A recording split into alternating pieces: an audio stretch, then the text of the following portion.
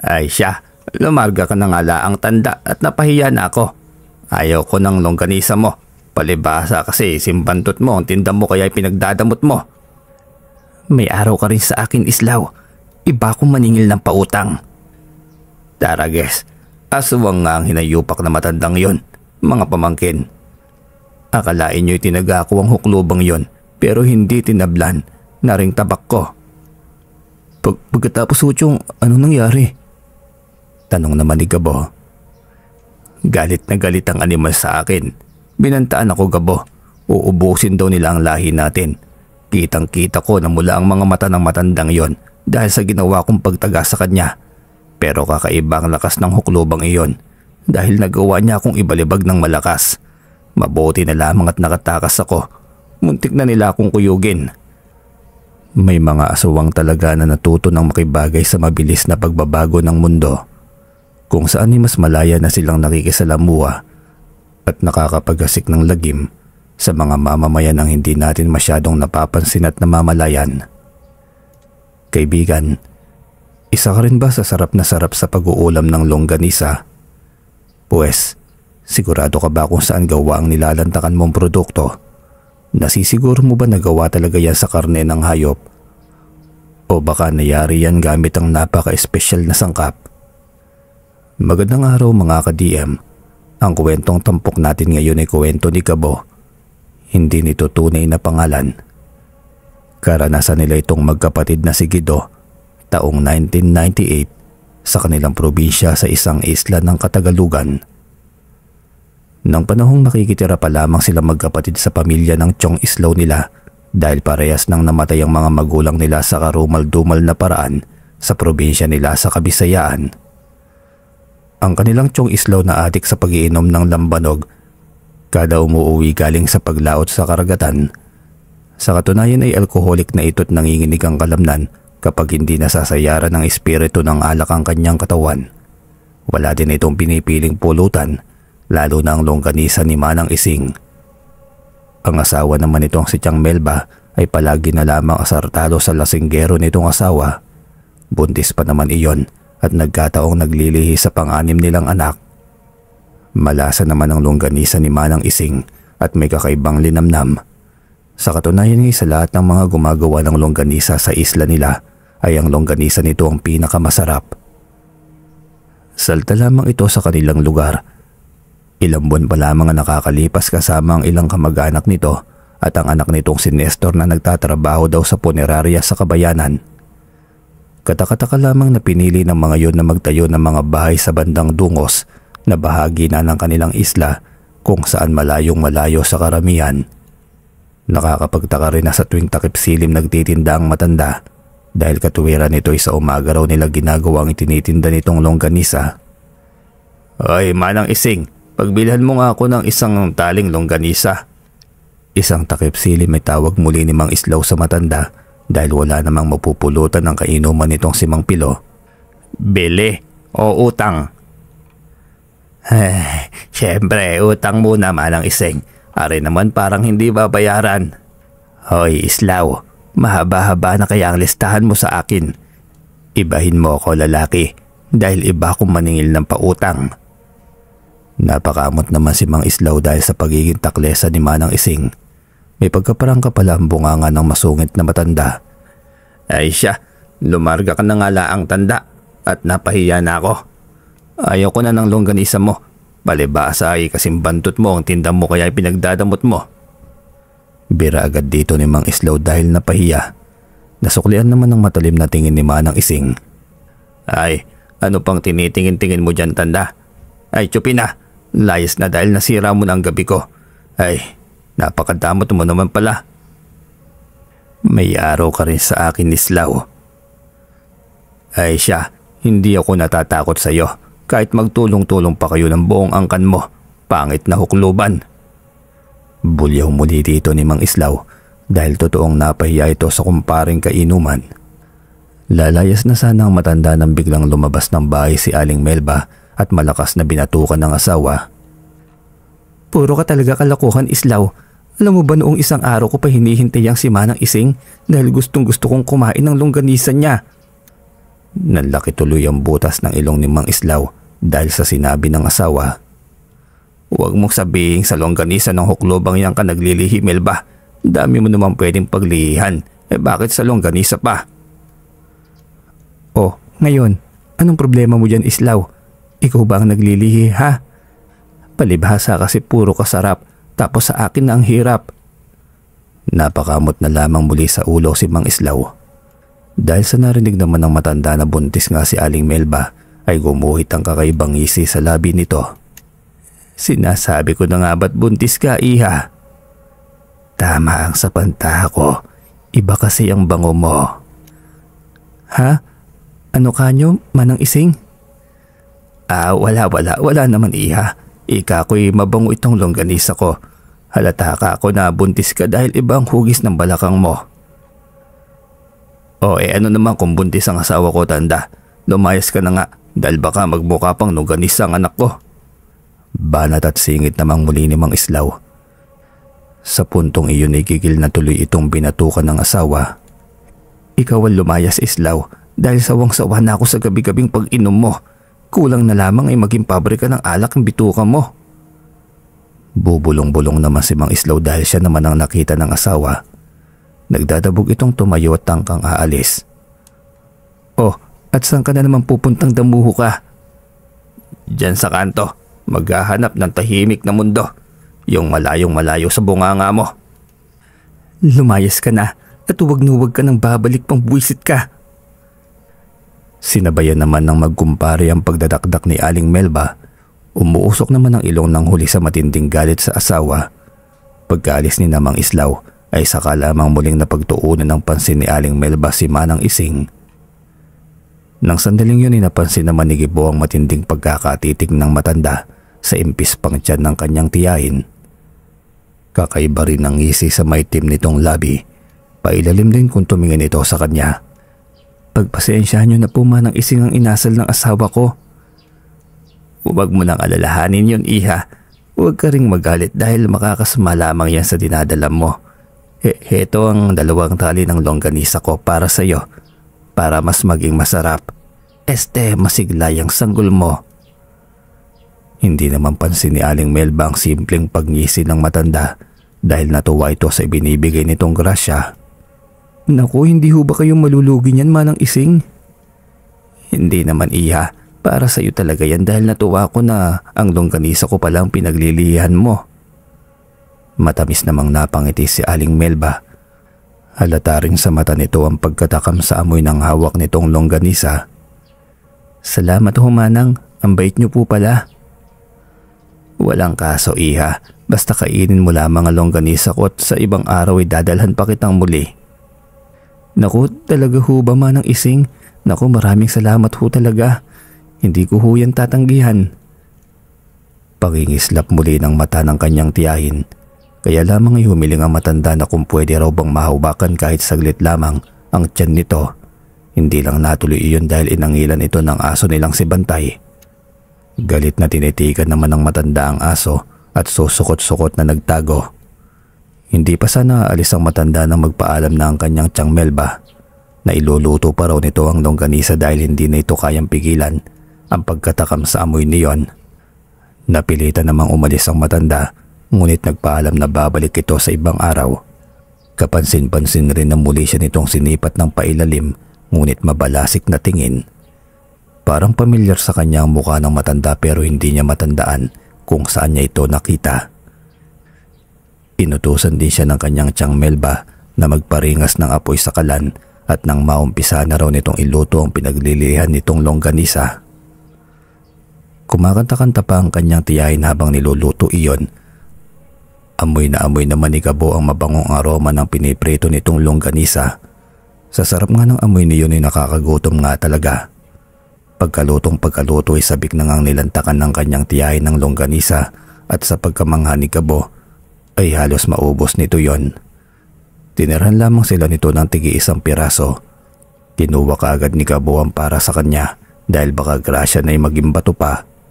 Masiba pa naman ang mga pinsan niya at ang kapatid niyang si Guido. Sa labas ng bahay, doon niya nilantakan ng longganisa habang nagpapahangin. Maalinggahit kasi ang klima ng gabing yon. Siguro dahil sa ang bahay nila ay malapit lamang sa dagat. Sa katunayan ngay minsan ngay sumasama pa sila sa palakayang pagtataksay sa tiyong islaw nila at sa mga kasama nitong mangingisda sa laot. Ang pagtataksay ay isang paraan ng panguhuli ng isda sa karagatan sa gabi na kinakailangan ng maliwanag na ilaw at maraming tao para hilahin ang inaaryang malaking lambat sa dagat. Binatilyo na naman siya sa panahon niyan at maaasahan na sila sa mga bagay. Ang kapatid niyang si Guido ay 12 taong gulang na rin noon. Kadalasan ngay sila lamang magkapatid ang katukatulong ng kanilang tiyong islaw sa paglalaot sa karagatan dahil maliliit pa ang mga anak nito. Raket naman ang kanilang tiyang Melba na gawing bagoong ang natitirang huli ng isda, lalo na yung mga isdang walang presyo sa pamilyan. Pagsawa sa bagoong, kung minsan ay ginagawa din itong daing ang mga isda, malaking tulong rin ang raket nito para pandagdag sa pangkonsumo ng pamilya, lalo na't lasinggero nga ang kanilang tiyuhin. Lamang, saan mang sulok ng bahay nila may makikitang asin dahil ang asin ang pinakaunang sangkap sa panggawa nito ng bagoong at daing. Madalas nga'y nangangamoy daing at bagoong na ang loob ng bahay nila at madalas ring pag-awayan ng dalawang mag-asawa. Dahil sabi ng kanyang tiyong islaw, ay kaya raw ito nawawala ng ganang sumiping sa kanyang tiyang Melba dahil kaamoy na nito ang bagoong at daing nitong ginagawa. Sino raw bang gaganahang katabi ito sa pagtulog sa gabi? Napapahagikik na lamang si Gabo pag naaalala ang bangayan ng mag-asawa dahil ganoon pala ang mga walang gana. Manaon at agwat kung magbuntis ang kanyang tiyang Melba. Pero alam naman niya na kahit araw-araw na asot pusa ang bangayan ng dalawang mag-asawa ay mahal na mahal nila ang isa't isa. Natatawa na lamang talaga si Gabo habang inunguya ang longganisa. Malinamnam talaga yun at may kakaibang lasa. Kung tutusin ay mas masarap pa nga yun sa karne ng baka. Napapaisip tuloy siya kung anong klaseng karne ang ginagamit doon ng matanda dahil parang iba ang hibla. Hanggang sa may manguya nga siyang bahaging matigas. Kinuha niya yun sa loob ng kanyang bibig at pinakatitigan. Medyo madilim pa sa labas ng kanilang bahay dahil walang ilaw, kaya sinipat lamang niya ang bagay na yun sa tulong ng liwanag ng buwan. Nanlaki ang mga mata niya sa nakita at parang bigla ang umalsa ang kanyang sikmura dahil kuko ng tao ang nakuha niyang matigas na bagay sa longganisa. Napaisip tuloy siya kung bakit mayroong kuko sa longganisa ni Manang Ising. Nang mapasulyap naman siya sa gawing bakuran nila ay nakita niyang naroon pa rin pala ang matanda. Ang buong akala pa naman niya nakaalis na ito kanina. Seryoso itong nakatingin sa kanilang bahay at walang katinag-tinag sa pagkakatayo. Tangka na sana niya itong lalapitan nang sumigaw mula sa loob ng bahay nila ang kanyang tiyang Melba at nadatnan niya itong namimilipit sa matinding sakit ng tiyan. Namumutla na ito at natataranta naman si Gibo kung ano ang gagawin niya hanggang sa naisipan niya ang salabat na nakasalang sa kalan. Iyon kasi ang pamalit nila sa kape para makatipid. Naisip niyang gamot at mainam rin pampaalis ng kabag sa tiyan ng luya. Hindi na nga siya nagpatumpik-tumpik pat agad na kinuha ang kanyang tiyang Melba ng isang tasang salabat. Awa ng Diyos, pagkaraan lamang ng ilang paghigop ay naginawahan na ito.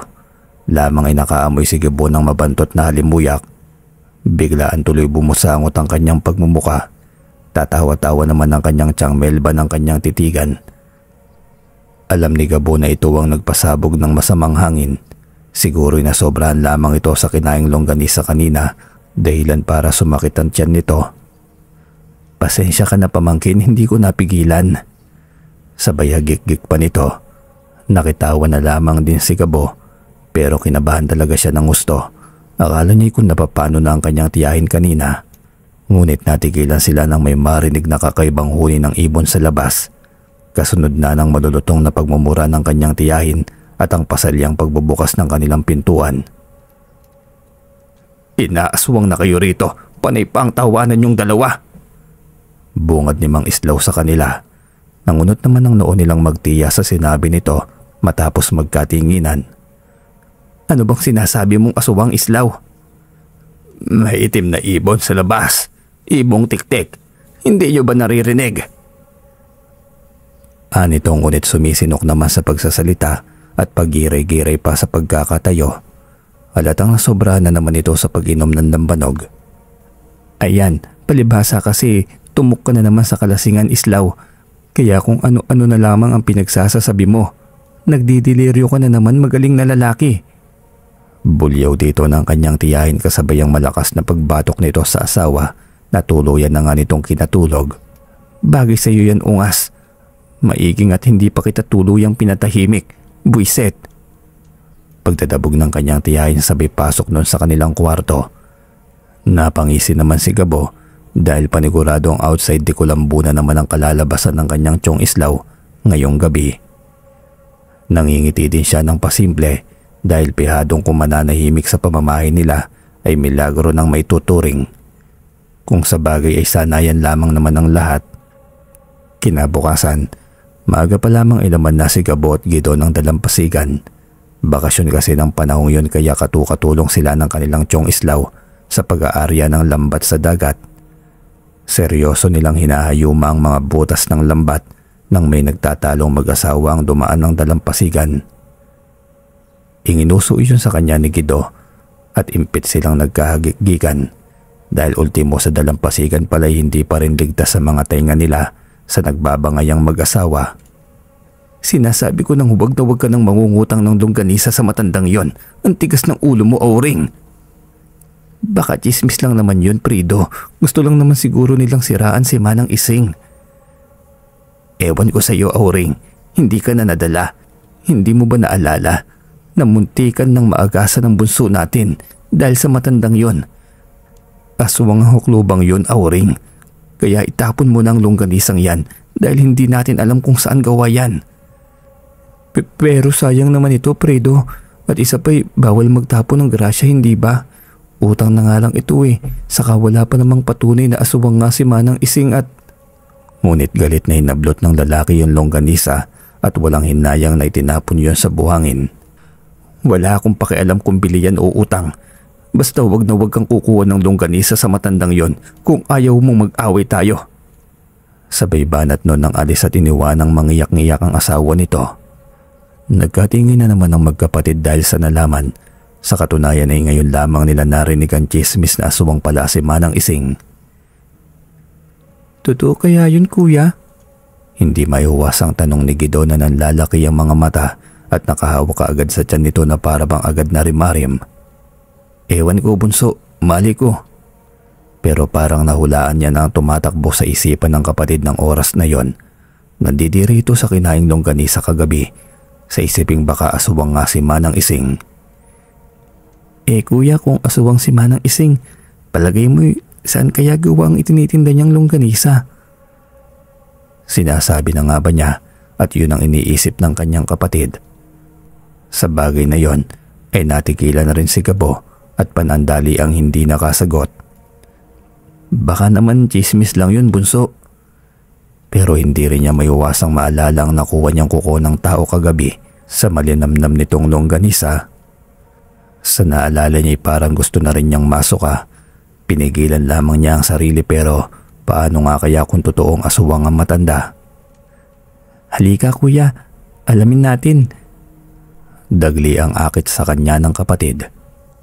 Hoy Gido, tumigil-tigil ka nga dyan sa iniisip mo. Gulo lang yan nasa kokote mo. Mayayari tayo kay Chong at Chang niyan kaya wag mo nang tangkain. Dahil alam niyang may pagkasutilang kapatid at anumang nasa isip nito'y ginagawa, napakamot naman sa sariling tuktok si Gido. Dahil sa sinabi niya't nangahaba ang nguso. Dapit hapon na nang matapos ang dalawa sa ginagawa at agad ring umuwi ng bahay. Ngunit malayo pa lamang sila dinig nilang may bisita ang kanilang tiyahin. Nagkatingin na lamang silang magkapatid nang masino ang kausap nito. Walang iba kundi iyo si Manang Ising. Pasimple siyang kinulbit ni Gido. Alam niya ang nasa isip nito ng mga sandaling yon. Natutunugan niya na inaatake na naman ang kapilyuhan ng utak ng kapatid. At hindi niya ito napigilan ng dire-diretso itong pumasok sa loob ng kusina at pagkatapos ay may pasan-pasan na kalahating sako ng asin. Tiyang, makaabala na nga ako sa chismisan niyo no. Pwede ho bang magamit itong asin niyo? May ibuburo lang ho ako. Banat nito saka makahulog ang tumingin sa matanda. Saka nito pabagsak na ibinaba sa harapan ng dalawang pasan nitong asin dahilan para magtalsikan ng laman ng sako. Pasimple namang nanlisik ang mga mata ni Manang Ising at naging aligaga sa kinauupuan para tuloy itong kitikiti na hindi mapakali. Pagkatapos ay hindi ito magkandatuto sa pagpapaalam sa kanilang tiyahin matapos tapunan ng nagbabagang tingin ng kanyang kapatid. Melba, mauuna muna akong umuwi ha. Naalala ko marami pa pala akong dapat na gawin sa bahay namin. Babalik na lamang ako mamayang gabi. Sa ibang araw. Nagtataka naman ng kanyang tiyang Melba sa biglaang pagpapaalam ng matanda. Parang napahiya din ito sa inasal ng pamangkin. Kumindat naman si Guido kay Gabo pagkatapos ay pasimpleng lumapit at bumulong sa kanyang kuya. Aswang nga yata yung hukluban, kuya. Pasaway ka talaga, Guido. Paniguradong lagot ka kay tiyang mamaya. Pero parang tama ka nga yata, bunso. Dahil sa inasal ng matanday nagkaroon na nga rin siya ng kaunting pagdududa dahil lalatangan na takot iyon sa nakasakong asin kaya halos matala-talapid ito nang umalis. Gaya ng sinabi ni Gabo ay napagsabihan nga ng kanilang tiyahin si Guido pagkaalis ni Manang Ising dahil hindi nito nagustuhan ang ginawa ng kanyang kapatid. Sinabi pa nito na labag daw sa kagandahang asal ang basta-basta na lamang nakikisingit sa usapan ng mga matatanda lalo pat seryosong nag-uusap. Pasensya na po tiyang, hindi na po mauulit. Hingi na nga lamang nito ng paumanhin. Maunawain namang ngumiti ang kanilang tiyahin at pagkatapos ay iniabot na kay Guido ang hawak nitong isang plastik ng longganisa. Ngingiti-ngiti pa ito nang sinabing bigay lamang daw yun sa kanya ni Manang Ising. Paluto na lamang pamangkin ha. Pakibilisan na rin dahil takam na ako ha. Bait talaga ng matandang yun, akalain nyo libre lamang ang lahat ng yan. Makakatipid na tayo ng pangulam mamayang gabi. Pasimple namang nagkatinginan sila Guido dahil sa longganisa. Hindi rin nila alam kung sasabihin ba nila dito ang tungkol sa kanilang narinig sa mag-asawang nagtatalo kanina doon sa may dalampasigan. Dahil paniguradong hindi naman agad ito maniniwala ng walang matibay na pruweba, lalo pat sa longganisa ng matandang yon naglilihi ang kanilang tiyahin. Tangka na sana nilang sasabihin ng nakalap na chismis nang bigla ang dumating ang kanilang tiyuhin at mukhang nakainom na naman at naghahanap pa ng mapupulutan. Ay, tamang-tama, pagkaswerte nga naman. Iluto mo na ng madali ang hawak-hawak mong longganisa pamangkin. At nang may mapulutan kami sa labas ng mga kumpare ko. Pakibilisan ha. Dahil sa sinabi nito'y totoong umusok na talaga ang bunbunan ng kanyang tiyahin sa galit. At hindi ka pa talaga nasiyahan sa pag-iinom mo kung saan. Pinitbit mo pa talaga dito sa bahay ang mga kainuman mo ha, Islaw. Ay, manahimik ka nga, Melba. Yung bunganga mo abot hanggang kanto. Kakahiya sa mga kumpare ko. At wag na wag mo akong binubungangaan pag ganiring marami akong bisita. Wag mo akong pinapahiya. Baka samain ka sa aking babae ka. Ikaw ang sasamain sa akin dyan, Islaw. Kakainin na lang natin talagang pupulutan mo pa sa mga lasinggero mong kainuman. Anong klase ka? Ay, dami pang putak eh. Basta, lutuin mo na yan, Guido ha. At dalhin mo sa amin sa labas para maumpisahan na namin ang tagayan. Sabay larga nito palabas para hanapin ng mga kainuman. Naiwan naman ang kanilang tiyahin na mangiyak-ngiyak sa labis na inis. Dahil sa nangyari malamang magtitiis nga sila sa daing at bagoong na ulam mamayang gabi. Sa buwisit naman ng kanilang tiyang Melba ay nagdadabog yung lumabas ng bahay para siguro magpalamig ng bunbunan. Kita rin ni Gabo na tinungo nito ang dalampasigan kaya pasimple niya itong sinundan dahil sa pag-aalala. Tanaw ni Gabo na napagtripan din itong sipa-sipain ng buhangin at saka galit na nagmumura na parang ang buhangin sinisipa nito ang lasinggero nitong asawa. Ngunit maya-maya lamang ay bigla ang nangunot ang noo ni Gabo nang muling mapasulyap sa kinaroroonan ng kanyang tiyahin dahil may katabi na ito. Walang iba kundi si Manang Ising. Labis ang pagtataka niya dahil hindi man lamang niya napansin kung saan nanggaling ang matanda at sa isang iglap ay nakalapit na kaagad iyon sa buntis niyang tiyahin. Nagmamadali siyang lumapit sa dalawa dahil biglaan siyang nakaramdam ng kaba. Agad din niyang hinila palayo ang kanyang tiyang Melba dahil nang sandaling iyon ay pansin niya na wari bang wala na ito sa sarili at bahagyang nakatulala. Masamang tingin naman ang ipinukol sa kanya ng matanda Dahil siguro sa hindi nito inaasahan ng pagsulpot niya roon. Nanlilisik din ng mata nito na kulang na lamang yata'y umapoy sa pula. Kinikilabutan si Gabo ng sandaling yon pero tinapangan niya ang kanyang loob. Nagkatitigan pa sila ng matanda. Kaya napansin niya na parang baligtad yata ang refleksyon niya sa lente ng mga mata nito. Kitang-kita niya dahil nag-aagaw pa lamang ang dilim at liwanag noon. Sa pagkakatitig niya sa mata ng matanda, ay may mabilis ring flashback sa kanyang utak. Kilala na niya si Manang Ising. Naalala na niya kung saan niya ito nakaharap. Kaya sa pilitan na niyang hinila ng walang paalam ang kanyang tiyang, kasabay ang panginginig ng kalamnan. Nasa tarangkahan na silang magtiya nang bumalik sa dating wisyo ang kanyang tiyahin. Takanta rin ito kung bakit siya akay-akay ng pamangkin. Ikukwento na sana dito ni Gabo ang pangyayari sa dalampasigan ng maagaw ang pansin nila ng malalakas na boses ng nagiinom ang mga kasamahan ng Chong Islaw. Hanip talaga ang lasa ng longganisang ito, pre. Napakasarap. Pag ganire ang longganisa, pihadong palaging malaki ang kain ko. Puri ni Isko, isa sa kainuman nito. Ewan ko nga kung bakit ba malasang longganisa ng matandang yon, mga pre. Kay sungit naman ang ugali ng huklubang yon. Sinong matanda ang tinutukoy mo, pre? Kanino nyo ba nabili ang longganisang ito para makabili din ako? Pihadong magugustuhan ito ng mga anak ko. Banat naman ni Naldo. Kanino pa ba? De kundi do sa masungit na si Manang Ising. Ang tangkang pagsubo muli ng longganisa ng mga kasamahan ni Mang Islaw ay nabitin sa ere dahil sa sinabi nito. Agad na umasim ang mga pagmumuka nila at halatang gusto na yatang bumaligtad ng mga sikmura. Bakit? Ano bang problema, mga pre? Kain lang ng kain, huwag na kayong mahiya. Lentes, pre. Galing pala sa matandang yun ang longganisa mo. Hindi mo ba alam ang bali-balitang aswang yun? Dahil sa narinig naman ni Chang Melba ang sinabi ng mga kainuman ni Chong Islaw tungkol kay Manang Ising at sa longganisa nito'y umusok muli ang galit nito. Magsiuwi na nga kayo, mga lasinggero kayo.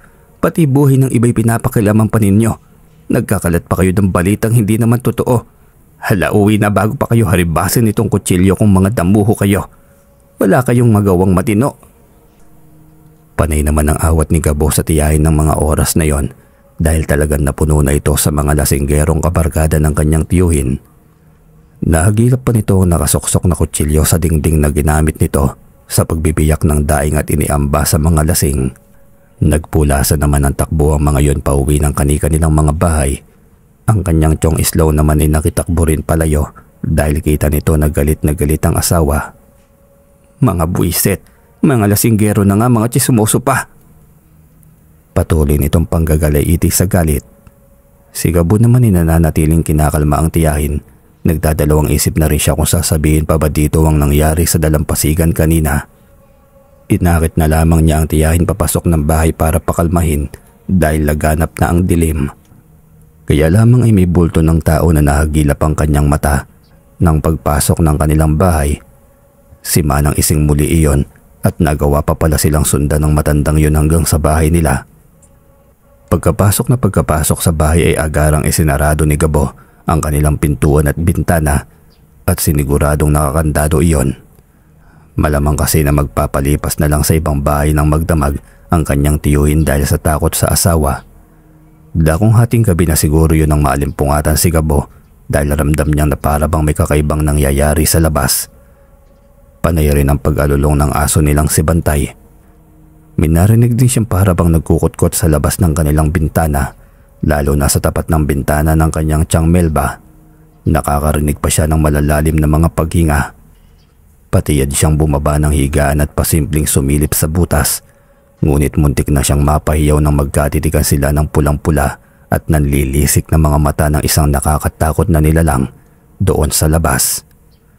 Dahilan para pansamantala siyang manigas sa kinapopwestuhan sa matinding takot. Dagli rin bumalik sa isipan niya ang karumal-dumal na pangyayari noon sa kanyang mga magulang na nagdulot sa kanya ng matinding trauma. Dinig niya mahihinang pagdaing ng Chang Melba mula sa kwarto ng mga ito, pero nang tangkain niyang kumilos ay hindi siya makagalaw. Naninigas ang kanyang mga kalamnan at nanginginig sa matinding takot. Gusto rin niyang sumigaw pero walang boses na lumalabas sa kanyang lalamunan. Ganoon talaga kapag inaatake ng nerbiyos. Narinig niya na unti-unti ang pagbukas ng bintana sa kabila. Nanlaki ang kanyang mga mata dahil nakakaramdam siya ng panganib. Nangangamba siya para sa kaligtasan ng kanyang tiyahin at ng bata sa sinapupunan nito ng mga sandaling yon. Hanggang sa marinig niya ang malakas na pagsigaw ng Tiyang Melba. Kasunod ng pagsambulat ng liwanag sa buong kabayan dahil nagising na rin ang kapatid niyang si Guido. Panay ang hiyaw nito at nagmumura ng malakas. "Kuya, inaaswang si Tiyang!" Doon na lamang si Gabo muling nakakilos. Nagtatakbo siyang muli patungo sa kwarto ng kanilang tiyahin nang madatnan nga niya si Tiyang Melba na puro dugo na ang pagitan ng mga hita. Muli ang pagragasa sa isipan niya ng mga pangit na alaala. Nanginginig ang mga kamay niya na butil-butil ang pawis sa noo. Nilalabanan lamang niya ang matinding takot na makakita muli ng pulang likido. Si Guido naman ay matapang na lumabas ng bahay. Dala ang itak at walang takot na hinabol ang aswang pero hindi niya ito naabutan. Isinugod nila sa ospital ang tiyahin ngunit hindi na nakaligtas pa ang sanggol sa sinapupunan nito. Grabe tuloy ang pag-iyak ng kanilang Tiyang Melba at hindi na makausap ng matino.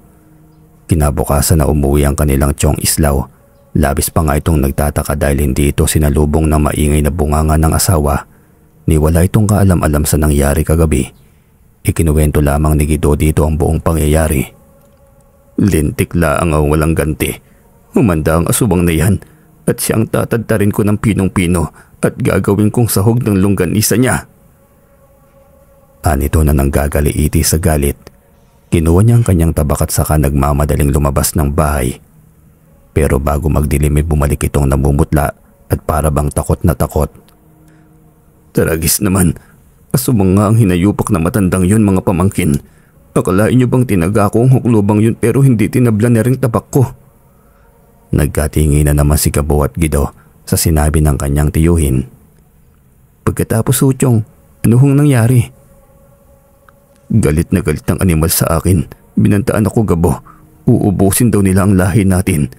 Kitang-kita ko na mula ang mga mata ng matandang yon dahil sa ginawa kong pagtaga sa kanya. Pero kakaiba ang lakas ng huklubang yon dahil nagawa niya akong ibalibag ng malakas. Mabuti na lamang at nakatakas ako. Muntik na nila akong kuyugin." Napalunok naman ang magkapatid dahil kung totoong aswang nga ang angkan ni Manang Ising ay paniguradong ang hindi sila tatantanan nun at nanganganib din ang buhay nila, lalo pat nagbitaw ito ng pagbabanta. Nasa ganon silang pag-uusap nang biglang umalulong ang aso nilang si Bantay na klaseng may kinatatakutan kaya takot na nagkatinginan ng magtityuhin. Lakas loob namang sumilip ng bintana si Guido at ganoon na lamang ang panlalaki ng mga mata nito sa nakita. "Tiyong, andyan ho sila sa labas."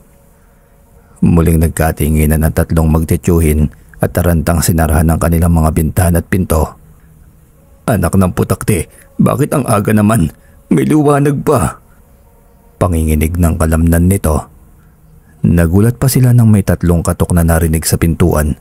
Pagkatapos ay nagsalita si Manang Ising mula sa labas.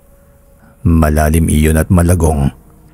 "Nag-iwan ako ng longganisa sa labas ng pintuan nyo, Islaw.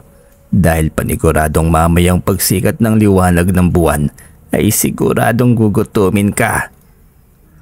Pagkatapos nakarinig sila ng pagkaskas ng matilos na kuko sa labas ng pintuan. Nakakangilo iyon at masakit sa tainga. Ngunit pagkatapos nun ay nanahimik ng muli ang kapaligiran. Niyang pagtahol ni Bantay ay hindi na nila narinig pa. "Tiyong, ano ho kayang sinasabi ng matandang yun?" "Ay aywan ba sa animal na yun? Huwag lang siya makapasok-pasok din eh. At talagang maghahalo ang balat sa tinalupan." Nagkatinginan naman si Gabo at Guido dahil sa huwad na katapangang ipinapakita ng kanilang Tiyong Islaw. Samantalang kanina lamang ay nanginginig ito at namumutlang nagkuwento sa kanila na hindi daw tinatablan ng tabak ang huklubang iyon. Sinigurado na nilang nakasaradong mabuti ang kanilang mga bintana at pinto dahil nakahiwalay ang kabayan nila sa karamihan. Walang agarang makakarinig sa kanila kahit maghihiyaw pa sila ng tulong. Duda rin si Gabo kung dadalawin ba ng antok ng gabing iyon matapos ang sinabing pagbabanta sa kanila ng angkan ng mga pinaghihinalaang mga aswang. Dakong 11:00 na siguro yon ng gabi nang gulantangin sila ng mga panaghoy ni Chong Islaw. Dali-dali namang lumabas ng kwarto nila si Gabo at si Guido para daluhan ng tiyuhin. Samantalang ang kanilang tiyang Melda naman ay nakatulala pa rin at hindi pa rin makausap ng matino.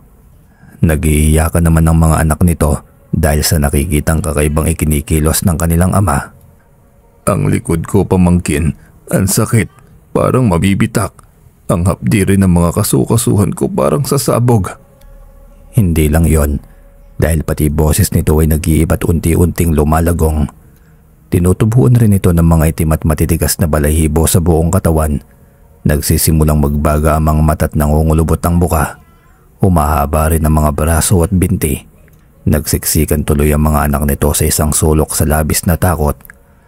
Samantalang sila ni Guido ay nanlalaki ang mga mata kung ano ba ang nangyayari. Kuya, masama ito. Parang nagiging aswang din si Chong. Ha? Pero paanong nangyaring nagkaganyan ng Chong?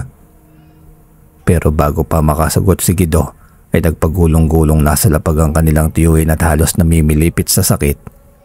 Sumisigaw din ito ng sumisigaw sa labis na hapdi hanggang sa makarinig sila mula sa labas ng malakas na sipol na may kasamang atungal na waribang may tinatawag. Biglaan namang natahimik ang kanilang tiyuhin. Kumikibo-kibo ang tenga nito na tila ba kilala ang pag-atungal at sipol mula sa labas. Buksan niyo ang pinto. Buksan niyo, bilis. Kailangan makaalis ako dito bago mahuli ang lahat. Utos nito sa kanila sa napakalalim na boses. Kasabay pa ang paghaba ng uso nito at pagtubo ng mahahabang pangil. Kahit nagdadalawang isip ay nagkandaw-gaga naman si Guido sa pagbubukas ng pinto. Sa sobrang pagkataranta ay halos hindi nito matanggal-tanggal ang kabat. Dahilan para puwersahan na yung tadyakan ng kanilang tiyuhin na makalabas lamang kaagad dahil ramdam nito ang pag-iiba ng timpla ng sariling panlasa at katawan. Iba na rin ang tingin nito kay Gabo at Guido. Gayon din sa kanyang mga anak. Tingin niya sa mga ito'y masarap na pagkain. Wala namang magawa ang magkapatid kundi masdan na lamang ang tiyuhin, lalo pa nang daluhugin nun ng nakaplastik na longganisa sa tapat ng kanilang pintuan na iniwan ni Manang Ising kanina at walang pakundangang nilamon ng hilaw matapos amuyin. Natigilan lamang ang maganang pagngasab nito nang may umatungal muli na waribang sumisipol mula sa malayo. Agad na kumulag ang tenga nito at saka matuling nagtatakbo patungo sa tumatawag rito. Natanaw pa ni Gabo na sinalubong ito ng mga may itim na nilalang buwat sa malayo. Tulad din ang nakita niyang nilalang ng gabing naagasan ng kaniyang tiyahin. Sus Mariosep, nakita ko ng mga asubang na ganyan, kuya. Bakit nila tayo nasundan dito? Oo nga't dati silang naninirahan sa Kabisayaan bago kunin ang kanilang tiyuhin noong namatay ang kanilang mga magulang. At hindi na rin bago sa kanila ang kwentong aswang. Pero ngayon lamang sila muli nakaengkwentro ng aswang mula noong mamatay ang kanilang mga magulang. Pangyayaring nagdulot din sa kanila ng matinding trauma dahil ang mga magulang nila ay pinaslang din ng mga aswang noon sa kanilang probinsya. Aswang na katulad din ng nasa bakuran nila ngayon. Ni wala silang nagawa dahil musmus pa lamang sila noon. Nakapagtago lamang silang magkapatid sa loob ng luma nilang baul kaya nakaligtas. Ano ang gagawin natin, kuya? Hindi natin pwedeng pabayaan lamang ang Chong dahil baka kung anong gawin sa kanila ng mga aswang na yun. Baka paslangin din nila si Chong tulad nila itay at inay. Kumalma ka, Guido. Kailangan nating mag-isip ng mabuti. Hindi biro ang mga aswang, alam mo yan. Hagas na pinagsalikop naman ni Guido ang mga daliri na wari bang nag-iisip ng malalim. Kuya, panahon na siguro para gamitin natin ang mga naiwang gamit sa atin noon ni itay at inay. Ha? Hindi, Guido. Kapahamakan lamang ang dala ng mga gamit na yun sa buhay natin. Napaslang ang mga magulang natin dahil sa pakikipaglaban sa mga alagad ng dilim na kagaya nila. Tutularan pa ba natin ang naging kapalaran nila? Ikaw na lang ang natitira sa akin, Guido. At hindi ko nahahayaang isa pa sa atin ang mawala muli. Hindi ko na makakayanan, bunso, kung pati ikaw ay mawawala sa akin. Pero pamilya rin natin sila, Chong, kuya. Kung hindi natin sila tutulungan, sino pang tutulong sa kanila? Paano ng pamilya niya? Hahayaan mo bang tulad lang sa atin ang maging kapalaran ng mga anak nila? Maliliit pa sila kuya. Isa pa, hindi natin maipaghihiganti ang pagkawala ng mga magulang natin kung papaalipin tayo sa takot. Walang mangyayari sa aking masama kuya, pangako yan. Ngayon, kung wala kang malasakit sa pamilyang kumukup sa atin, kuya, ibahin mo ko. Sabay pasok nito sa loob ng kanilang kwarto at agad na hinalikwat ang mga lumang gamit nilang magkapatid. Alam ni Gabo ang punteryang kunin ni Kido. Iyon ang mga lumang kagamitan ng kanilang mga magulang na ginamit ng mga itong panlaban noon sa mga aswang sa kanilang probinsyang pinanggalingan. Ang mga magulang nilang binansagan sa kanilang bayan bilang mga bertugo ng mga aswang, kundi lamang sila napaslang ng isang lahi ng mabagsik na uri ng aswang noon. Hanggang sa masumpungan ni Guido ang hinahanap, inaalabok na at luma na ang itim na telang nakabalot doon. Bumulaga sa mga mata nilang magkapatid ang dalawang mahabang buntot pagi at isang libretang itim na naglalaman ng mga orasyon at dasal na mabisang panlaban sa mga alagad ng kadiliman. Musmus pa lamang sila Guido ay papyaw na silang tinuturuan ng kanilang mga magulang noon kung paanong gamitin iyon. Ipinamana din sa kanila ng kanilang mga magulang ang mga medalyon para proteksyon daw sa panggagaway ng aswang, na hanggang ngayon ay suot-suot pa rin nila. Nang sandaling yun ay wala nang nagawa pa si Gabo kundi ang makiayon na rin sa gusto ng magkapatid matapos mapabuntong hininga ng malalim. Dahil desidido na talaga si Guido na iligtas ang kanilang tiyuhin. Siya rin naman, dangan nga lamang talaga't pinangungunahan siya ng takot at trauma ng nakaraan. Pero tama ang kanyang kapatid. Panahon na nga siguro para gamitin ang mga yon at harapin ng takot. Wala rin namang ibang tutulong sa kanila. Alangan naman ng mga lasinggerong kainuman ng kanilang tiyuhin. Sa kutsilyo pa nga lamang ng kanilang tiyahin noong isang araw ay tumakbo na ang mga yon. Sa aswang pa kaya hindi kakaripas ng takbo ang mga lasinggero na yon. Basta bunso, ipangako mo na walang iwanan ha.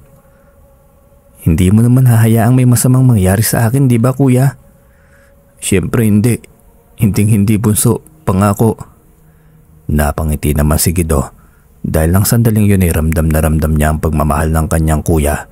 Alam niyang natatakot lamang itong may mangyari din sa kanyang masama. Yan ang kuya ko, matapang na tao. Ngisi nito. Bagya naman itong binatukan ni Gabo at ginulo ang buhok. Alam naman nilang hindi nga birong kalaban ng mga aswang dahil saksi sila noong tuwing nakikipaglaban ng kanilang mga magulang. At ang aswang na nanghawa sa kanilang tiyong islaw ay tulad din ng mga aswang na pumaslang noon sa kanilang mga magulang. Ang mga iritong. Mga iritong na dati lamang nabubuhay sa pusod ng kagubatan, pero dahil sa mabilis na pagbabago ng panahon ay natuto na rin silang makiayon sa kasalukuyang takbo ng mundo.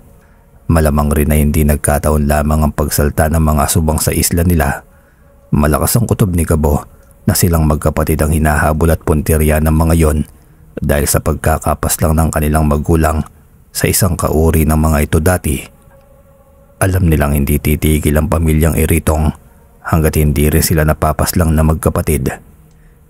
Iba din talaga ang lakas ng pangamoy ng mga aswang na yon dahil hanggang doon ay nasundan pa rin sila.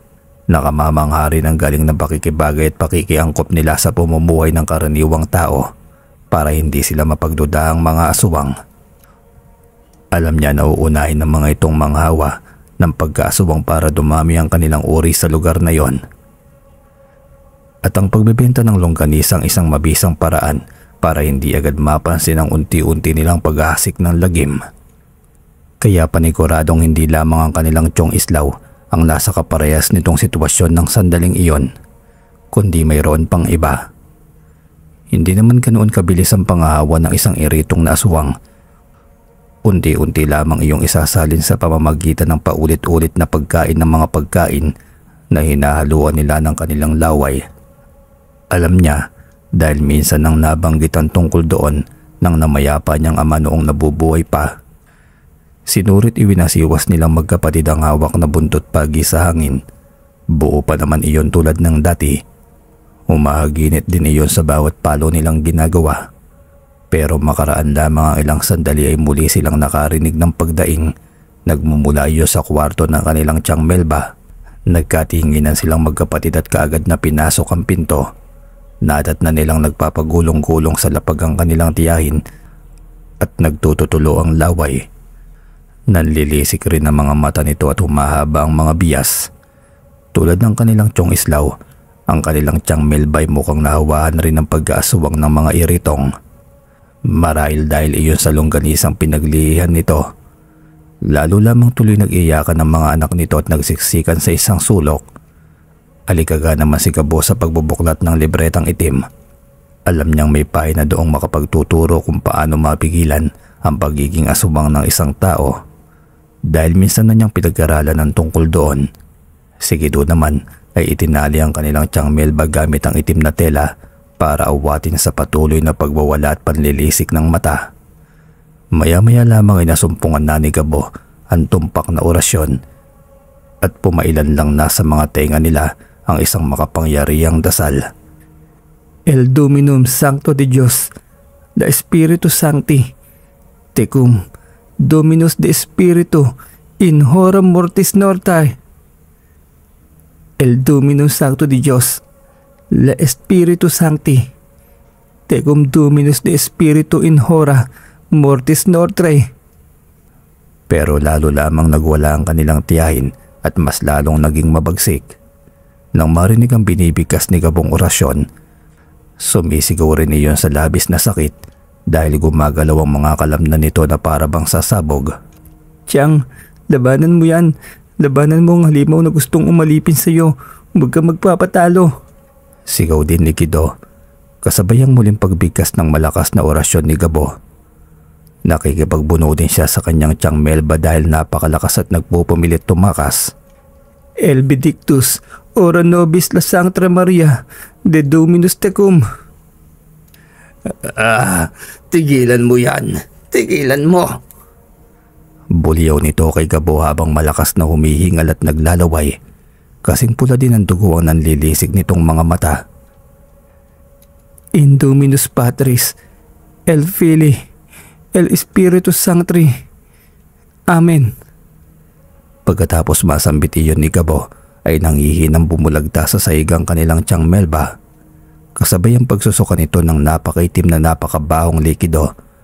Parang katas ng bulok na laman na kung anong uri ng hayop. Isuka mo yan, tiyang. Isuka mo yan ngayon na. Kasabay sa pagtuon ni Gabo ng 3 daliri sa tapat ng sikmura nito, dahilan parang muli yung umatungal sa labis na sakit at walang tigil muling nagsuka. Pero maya-maya lamang ay unti-unti nang umahon sa lalamunan nito ang isang itim at buhay na hayop.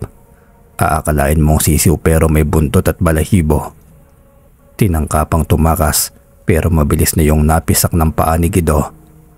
Nahimatay ang tiyang Melda nila pagkatapos ng nakakapangilabot na pangyayaring yon dahilan siguro sa pagkaubos ng lakas. Pero wala nang dapat ipangamba dahil ligtas na ito sa pangahawa ng aswang. Plakdang napaupo naman si Gado at Guido. Hindi rin sukat akalain ni Gabo na nakaya niyang gawin ang orasyong dati rin ginagawa ng kanyang mga magulang. Galing mo talaga, kuya. Bilib talaga ako sa iyo. Tiyamba bunso, tiyamba lang. Ngisi niya na hingal dahil sa sobrang pagod. Ngunit di nila naiwasang mag-apiran dahil sa magandang pangyayari. Kuya, ang tiyong kailangan na tayo ng tiyong. Habang lumalakad ang oras ay mas nanganganib ang buhay niya at mas mahihirapan tayong alisin ng pagkayanggaw sa kanya. Balikwas ni Guido. Siya nga namang tunay. May punto ang kanyang kapatid kaya wala nang inaksayang oras ang dalawa't tinahak ang madilim na daan tungo sa dungos na bahagi ng kanilang isla kung saan alam nilang naninirahan ang angkan ni Manang Ising. Matapos nilang masiguro na nasa maayos na kalagayan ng kanilang tiyang Melba at ang mga anak nito, nilagyan din niya ng matibay na orasyon ng paligid ng kabahayan. Sinabuyan din nila ng asin ang loob at labas ng bahay, maging ang kanilang bubungan dahil takot ang mga aswang sa asin. Bagya pang nangiti si Gabo dahil may baktot pang asin si Guido sa backpack nito. Pati bulsa nito'y namumutok din sa nakaplastik na asin. Ayos din to, kuya, in case of emergency. Kindat nito sa kanya. Ay, ibang klase ka talaga, bunso. Nagawa pang maghagik-gikan ng magkapatid. Kahit balot sa pag-aalala at kaunting takot. Hanggang sa sapitin nila ang dungos na bahagi ng kanilang isla kung saan inihinala nilang naglulunggat na ninirahan ng mga aswang. Pero tahimik na tahimik ang kapaligiran, kabaligtaran niyo sa kanilang inaasahan. Nagkatinginan ng magkapatid dahil wala silang nararamdamang aswang sa paligid. Hanggang sa may natanaw silang laksalaksang panggabing ibon na lumilipad sa hindi kalayuan kung saan para silang nagkakagulo at may pinag-aagawan. Doon iyon sa kubling bahagi ng bakawanan kung nasaan ang abandonadong palaisdaan. Mayroon din doong malaking bodega na imbakan dati ng pagkain ng isda. Malamang na doon naglulungga ang mga hinayupak na aswang. Batid din nila kung saan maraming panggabing ibon at andoon din naglulungga ang mga iritong na aswang. Isa yun sa natatandaan nilang palatandaan na itinuro ng kanilang ama noon. Kaya lamang ay mahirap ang pagpunta roon dahil nasa loob pa yun ng kailugan. Kinakailangan nila ng bangka para marating ang lugar. Pero dahil laking dagat sila, kaya kaagad silang nakaisip ng paraan. Ngayon nila mapapakinabangan ang naghambalang mga buho ng mga kawayang inaanod ng alon sa may dalampasigan. Para gawing maliit na balsa, itinali lamang nila iyon ng dahon ng buri para magkadikit-dikit. Kaya makalipas lamang ang ilang minuto'y tahimik na binabaybay ng magkapatid ang makipot na kailugan. Nakakakilabot lamang tingnan ng napakalaking sikat ng buwan ng gabing iyon, pero napakalaking tulong ng liwanag niyon sa kanilang paglalakbay. Sa malayo nila naisipang iparada ang balsa dahil may naririnig silang anasan sa dakong unahan. Maingat at tahimik nilang tinungo ang lugar, nagmanman kung ano ang ginagawa ng mga yon. Tanaw nilang si Nestor yon at ang ilan nitong mga kaanak. At may ibinababa silang malalaking garbage bag, lulan ng bangka nilang sasakyan. Hula nila kadarating lamang ng anak ni Mang Ising buhat sa kabayanan. Yan lang ang mga bangkay na wala nag-claim sa punerarya ngayong linggo, pero sapat na yan para sa ating lahat. Anito na malaki ang pagkakangisi. Pagkatapos itulong-tulong na hinakot ng mga yon ang mga bangkay papasok sa loob ng lumang bodega. Patago namang sumunod at pinasok din yun ng magkapatid. Ingat na ingat din silang makalikha ng kahit na anong ingay. Sa loob ay nakita nga nilang iba pang mga kaanak ni Manang Ising. Nasaan yung tao sila pero kakaiba ang lisik ng mga mata at haba ng mga kuko. At sa sulok ng bahagi ng bodega, andoon din ang kanilang tiyong islaw at marami pang iba. Hula nila'y nahawahan din ang pagkaasubang nila. Parang mga masunuring aso na nagtingala ang mga yun at nakaupong nakabukaka. Nawaring naghihintay ng pagkaing ibibigay ng kanilang amo. Kumakawag-kawag pa ang nagsisimulang tumutubong mga buntot ng mga ito. Ngunit ang sumunod na eksena pa pala ang mas nakakarimarim. Binuhat ng mga aswang ang mga bangkay sa ibabaw ng lamesa. Pagkatapos ay sinura at inaamoy-amoy naman iyon ni Manang Ising. Sariwa pang isang ito, Nestor, at maaari pang gawing malinamnam na longganisa. Anito sabay pagngisi ng makahulugan at ang paghaba ng mga matitilos at matatalas nitong mga kuko. Nagkatingin na naman si Gabo at si Gido. Kung gayon, ang itinitinda nga talagang longganisa ng matanda ay gawa buwat sa karne ng tao. Kaya pala iba ang lasa at linamnam ng longganisa nito. Pagkatapos ay binalingan naman ng matanda ang mga nayanggaw nito. Gutom na ba kayo mga alagad ko? Masarap din naman ang buto-buto ng tao. Sabay-sabay namang nag-aalulungan ng mga yon habang nagtututulo ang malalapot na laway. Pagkatapos ay mabilis at maliksi na pinaghihiwa ni Manang Ising ang mga bangkay. Hinihagis niya sa mga nag-aabang na sina Tiyong Islaw. Halos manlaki ang mga mata at masuka-suka naman ang magkapatid sa nasaksihan. Ngunit ang mga bagong yanggaw ay parang gutom na nag-aagawan at nag-aangilan pa sa pag-uunahan sa mga buto ng tao. Lalo na nantadta rin pa ng matanda at kung ano-ano pa yung tinitikman nito. Nagkanda duwal-duwal tuloy ang magkapatid sa mga nasaksihan dahil sobrang nakakarimarim talaga ang ginagawa ng matandang aswang. Kakaiba rin talaga ang lansa ng tao. Naiiwan ang sangid sa ilong at nanunuot sa utak. Kaya tuluyan ang bumaligtad ang sikmura ng magkapatid, lalo na nang may hugutin pa si Manang Ising doon sa katawan ng bangkay. At makalipas lamang ang ilang sandali ay mukha na iyong napakasarap na longganisa. Dinadaya lamang pala ng matandang aswang ang paningin ng mga suki niya para mas maging masarap iyon at mabango sa paningin. Dahil naman sa hindi napigilang pagsusuka ng magkapatid ay natunugan na tuloy ng mga aswang na may tao sa paligid. Kaya wala nang nagawa ang dalawa kundi ang lumantad na rin at harapin ang mga halimaw. Mainam at kayo ang nagsadya sa inyong kamatayan, mga bubuet. Ikaw ang papaslangin namin, aswang, dahil ikaw at ang anak mo ang dahilan kung bakit kami maagang naulila sa aming mga magulang. Amanos na tayo, bata, dahil pinaslang din ng mga magulang mo ang ama at anak ko. At hindi kami titigil hanggat hindi nauubos ang lahi ninyo. Iba kaming maningil ng pautang, bata. Buhay ang kinuha ng mga magulang nyo sa amin. Kaya buhay ng kahuli-hulihang lahi ninyo ang kabayaran. Ikaw ang magbabayad sa amin, aswang, dahil dito na matatapos ang kasamaan ng inyong lahi. Aber, magkakasubukan tayo. At agad nitong inuo mga mahabang kuko sa magkapatid. Unti-unti ring nagbago ang kaanyuan nito tungo sa isang nakakapangilabot na iritong. Kapansin-pansin rin ang haba ng buntot nito na ginagamit nitong armas sa panghampas sa kalaban. Sila ang bukod tanging mga sinaunang aswang na may ganoong katangian. Agaw pansin din ang kakaibang haba ng mga binti nito at mga bisig na nakatutulong sa kanila para mas maging maliksing tumalon sa hangin. Kasabay pa ang pag-alulong nito ng sunod-sunod na pagpapalitan nyo rin ng iba sa mga kalahi nila. Mga anyong aswang na naghahatid ng walang hanggang kilabot. Napalunok ang magkapatid dahil noon lamang nila muling nakita ng harap-harapan ang mga mababangis na mukha ng mga aswang. Nakakatakot na kaanyuan ng mga halimaw na nagbigay kay Gabo ng matinding trauma noon at pumaslang sa kanilang mga magulang. Dahil doon ay nagtangis ang mga bagang ni Gabo. Ngayon na ang panahon para ipaghiganti ang pagkamatay ng kanilang ina't ama. Salit-salit ang inihahampas sa hangin ng magkapatid ang kani-kanilang mga buntot pagi bilang kahandaan ng pakikipaglaban. Ordinaryong buntot pagi lamang ang mga yon kung pagmamasdan, pero matindi ang taglay ng bertud. Paniguradong uusok ang tumbong ng kung sino mga aswang na matatamaan ang kanilang armas. Dahil ang dalawang buntot paging yon ay mutya sa lahat ng mutyang galing sa isdang pagi.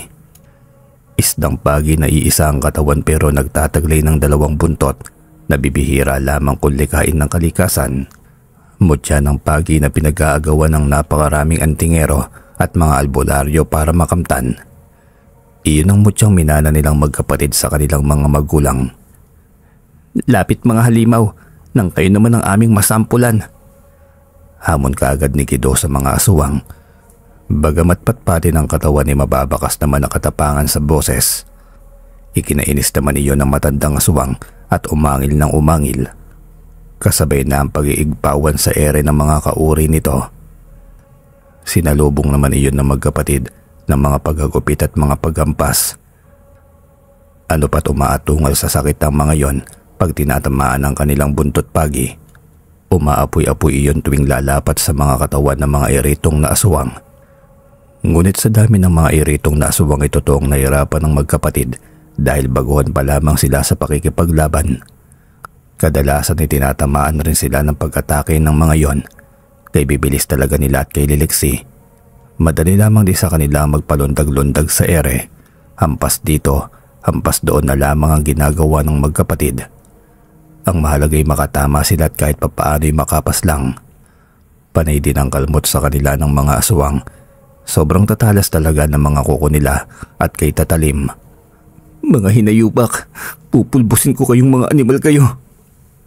Sabay latigo ni Gabo ng sunod-sunod sa mga sumusugod sa kanyang mga aswang. Ganoon din ang ginagawa ng kapatid niyang si Gido. Magkatalikuran silang nakikipaglaban sa mga halimaw habang pinoproteksyonan nila ang isa't isa. Ano pat umaapoy at naaabo ang mga katawan ng mga iritong na aswang na nagtatangkang lumapit sa kanila. Pagod na rin sila at sugatan.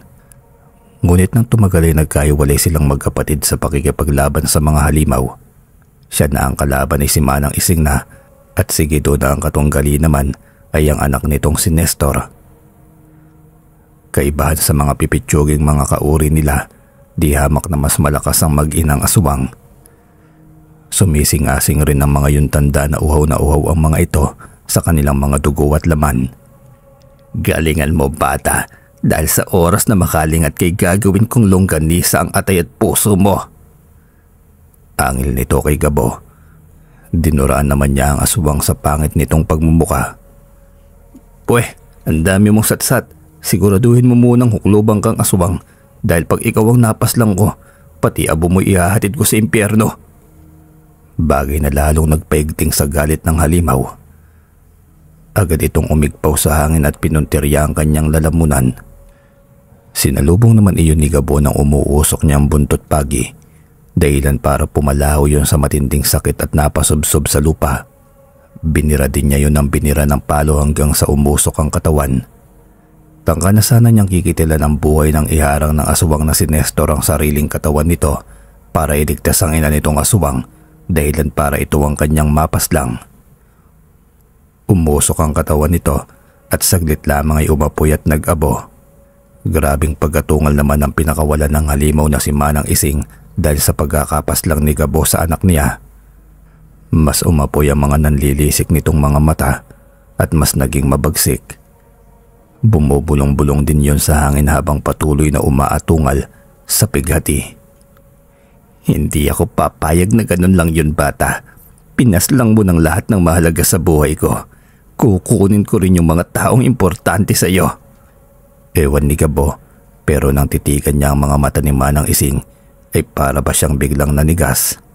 Hindi rin siya makagalaw. Hindi niya may kilos ang buo niyang katawan. Parang may malakas na puwersang kumukontrol sa kanya para hindi makakilos. Kuya, hindi ako makagalaw. Hindi ko maikilos ang buo kong katawan. Nalintikan na. Parehas pala sila ng kapatid na nasa ganoong sitwasyon. Kung ganun ay kinamitan sila ng iritong ng espesyal niyang kakayahan. Ang kakayahang imaniobra ang katawan ng ibang katauhan. Iyon ang espesyal na kakayahan ng iritong na aswang na nakapaslang din noon sa kanyang mga magulang. Hindi maaari yon dahil paniguradong iyon din ang makapapaslang sa kanilang magkapatid. Lalo pat kita niyang tanga na ng huklobang aswang ang leeg ni Guido. Kuya, tulungan mo ko. Tulungan mo ko, kuya. Paghingi sa kanya ng saklolo ni Guido, dahilan para kabakasan siya ng matinding takot. Takot na matulad ang kapatid sa kanyang nasawing mga magulang. Bitiwan mo ang kapatid ko, impakta ka. Dahilan para tumawa ng nakakapangilabot ang aswang dahil nabasa nito sa mga mata niya ang takot. Uunti-untiin kong lalamunin ang katawan ng kapatid mo, bata, para mas maramdaman mo ang aking paghihiganti. Ngisi niyon sa kanya at nagawa pang dilaan ng mahaba at malansa nitong dila ang buong mukha ng kanyang kapatid. Lumaban ka ng patas, animal ka. Subukan mong kantiin ni dulo ng daliri ng kapatid ko at paniguradong aabuhin kita ng pinong-pino. Sinong tinakot mo, bata?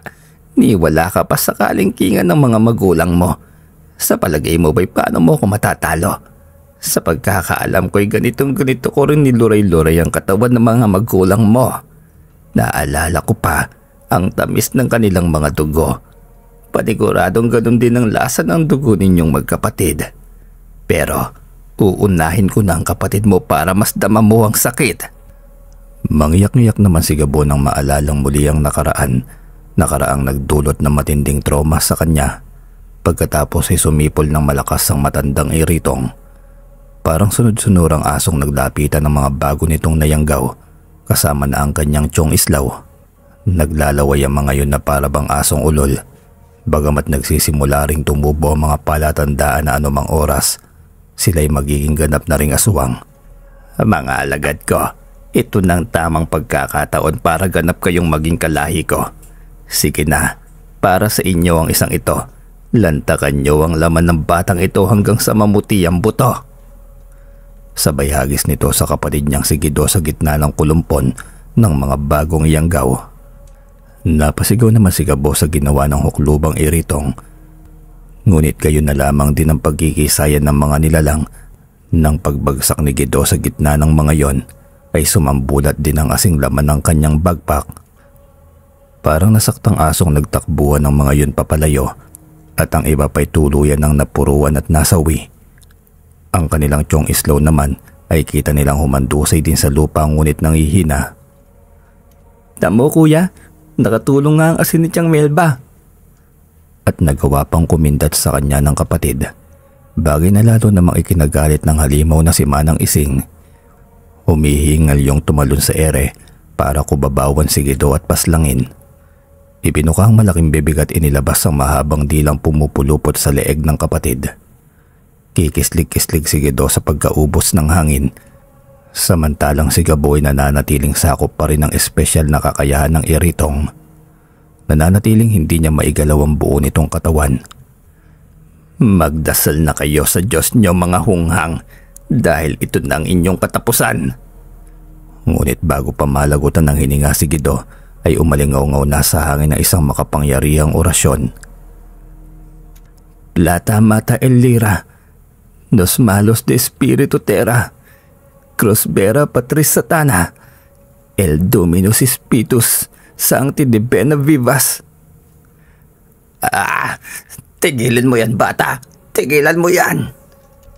Namimilipit sa pagsigaw ang huklobang halimaw, halatang nasasaktan iyon sa binibitiwan niyang orasyon.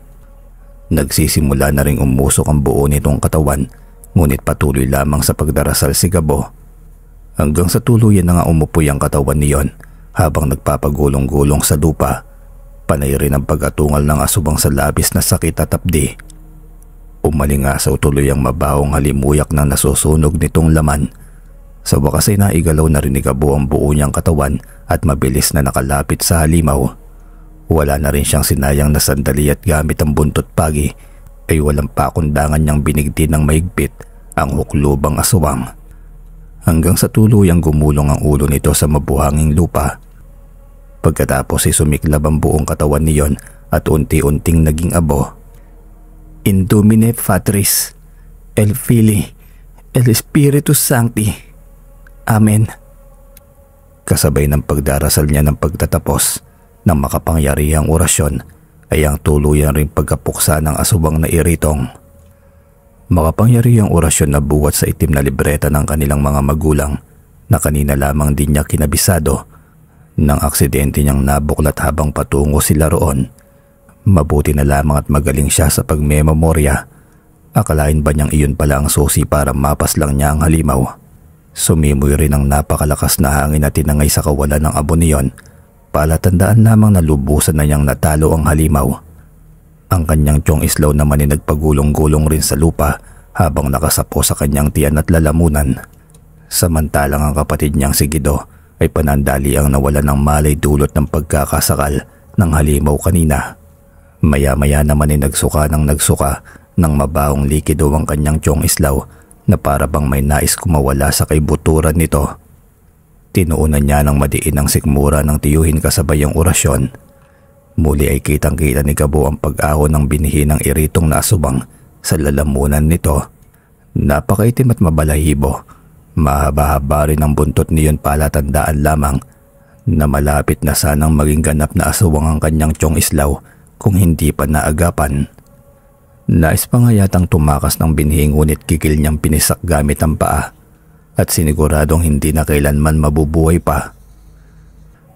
Kasabay ng pagsikat ng kulay kahel na araw ay unti-unti na rin namang nagkamalay ang kanyang tiyuhin at kapatid. Nakasapo pa yun sa kanyang ulo na para bang may hangover. Ay nako pamangkin, alam mo bang binangungot ako ha? Ako daw ay muntik nang maging aswang. Kagagawan niyang si Manang Ising. Ang hinayupak na matandang yun ay isa raw palang halimaw. Buti na lamang talaga't panaginip lang. Simula ngayon ay hindi na ako titikim ng longganisa niya. At hinding-hindi na rin ako iinom ng lambanog dahil muntik na ako matoda sa matinding amats Kainaman na. Madaldal na bungad nito sa kanila matapos magkamalay. At wala pala itong natatandaan sa lahat ng malalagim na pangyayari kagabi dahil tumok na naman pala ito ng kalasingan. Nagkatinginan na lamang tuloy ang magkapatid at simpleng nagkangisian. Pinili na rin nilang sakyan ng deliryo ng kanilang tiyuhin. Abay, teka nga muna. Anong ginagawa natin sa lugar nito? Bakit andini tayo ha? Dito ba ako nakatulog kagabi sa labis na kalasingan? Kaya dito tayo nasundo. At bakit puro sugat kayo? Marunong na ba kayo makipagbasag ulo ha? Abay, sama nyo sana ako para makatikim sila ng mag-asawang gulpi. Matabil pa rin itong pagtatanong at pagyayabang, kaya malakas na nagkabungis-ngisan ng tawa ang dalawa. Talaga ba, Chong? Na wala kang natatandaan na kahit na ano kagabi? Abay, wala nga. Kaya nga ako'y nagtatanong sa inyong magkapatid. Ang adamuhong area, magtatanong ba ako kung alam ko? Bingganan nito sa kanila dahil nakukulitan. Bueno, Chong, naandi nilang naman ho tayo dahil inutusan tayo ni Chang Melba na umutang ng paborito niyong longganisa kay Manang Ising para may mapulutan ka ro na masarap mamaya. Kaya lamang yan ang kasusungit pala ng matandang yun at marunong mangalmot, may lahi yatang pusa. Ayun, nagalit at nag-alsabalutan na tayo. Naglaho ng parang bula. Ano, hanapin pa natin? Anong hanapin? Sa trauma kong aray sa masamang bangungot ko, sa palagay niyo ba'y gugustuhin ko pang kumain ng longganisa ng huklubang yon? Ay hayay patay ang longganisa niya eh. Yan lambanog na yan. Mamamatay ako madali hindi sa alak kundi sa bangungot. Kaya't halina kayo. Umuwi na dahil paniguradong umuusok na naman ang bunganga ng tiyan ninyo. Nagmamadali nitong akit sa kanila kaya muli silang nagkagalpakan ng malulutong natawang magkapatid. Aberchong, totoo nga kayang hindi ka naiinom ng lambanog? Oo naman pangako. Itaga nyo pa sa bato. Ayoko pang mamatay ng maaga no. Dahil paniguradong mamimiss ko ang Armalite ng bunganga nyong tiya. Dahilan para mapabulanghit muli sila ng malakas na tawa. Sabay akit na nito sa kanila pauwi ng bahay dahil panigurado raw na mag-aalmusal sila sa maingay na sermon ng kanilang Tiyang Melba. Nagkaapira naman ang dalawang magkapatid pagtalikod na pagtalikod ng kanilang tiyuhin. Ang galing mo talaga kuya, the best ka. Kaya idol na idol kita eh. Salamat ha, salamat dahil iniligtas mo kami ni Chong. Siyempre ikaw pa bunso, kailan pa ba kita pababayaan? Kindat niya pa rito. Yumakap naman si Guido ng maigpit sa kanya at magkaakbay na nilang tinahakan daan pa uwi ng kanilang bahay. Ngayon ay nasisiguro na ni Gabo na iyon na talaga ang simula ng pagbabago nilang buhay na wala ng katatakutan pa sa nakaraan. Umaasa rin sila na simula na iyon ang pagbabago ng kanilang Chong Islaw dahil paniguradong kung walang alak, wala rin namang talakang magaganap.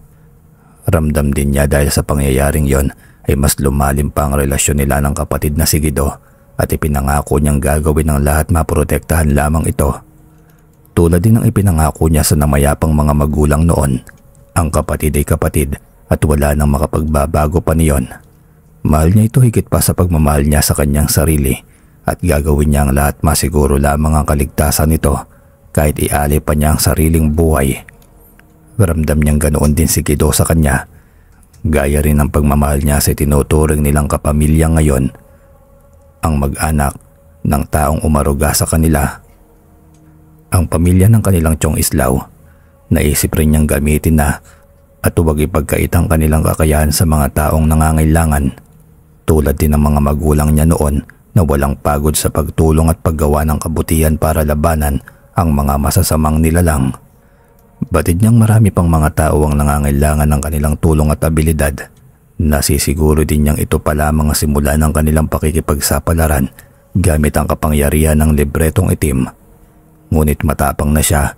Matapang na siyang harapin ang susunod pang pakikipagsapalaran kasama ang bunso niyang kapatid. Sa tulong at paggabay ng namayapa nilang mga magulang, sa lakas ng bertod ng dalawang buntot pagi, at sa habag ng kataas-taasang lumikha. Hanggang dito na lamang po ang kwento ni Gabo at Guido. Maraming salamat po sa pakikinig. Maraming salamat din po sa mga nagko-comment sa ibaba, sa mga nag-uunahan pa pong mag-comment, mag-like at mag-share ng ating video. Maraming salamat po sa inyo. Binabasa po natin yan. Yun lamang po.